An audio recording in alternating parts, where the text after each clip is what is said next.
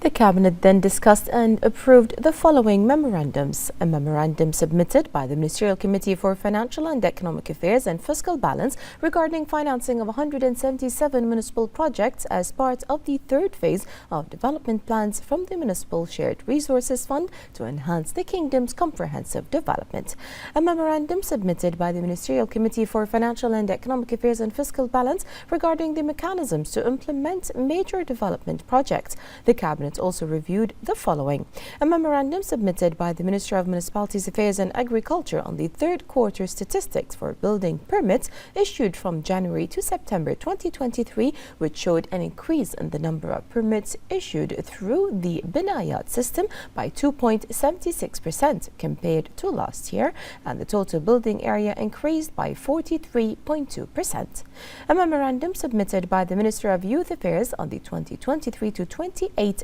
National Strategy for Youth Empowerment approved by the Supreme Council for Youth and Sports, chaired by the representative of His Majesty the King for Humanitarian Work and Youth Affairs, Chairman of the Supreme Council for Youth and Sports, His Highness Sheikh Nasser bin Hamad Al Khalifa. The strategy is based on 5 pillars that are implemented throughout initiatives that develop the role of youth, hone their skills and enhance their contributions to the Kingdom's comprehensive development. In addition, the Cabinet noted the following ministerial reports: the participation in the 5th Ministerial Meeting of the International Security Alliance, the participation in the 7th edition of the Future Investment Initiative Conference, the outcomes of the 24th meeting of the Ministerial Committee charged with following up on the implementation of Gulf Joint Action Decisions, the outcomes of the 9th meeting of the GCC Ministers of Endowments, Religious and Islamic Affairs, the outcomes of the roundtable discussion regarding investing in sustainable development within the activities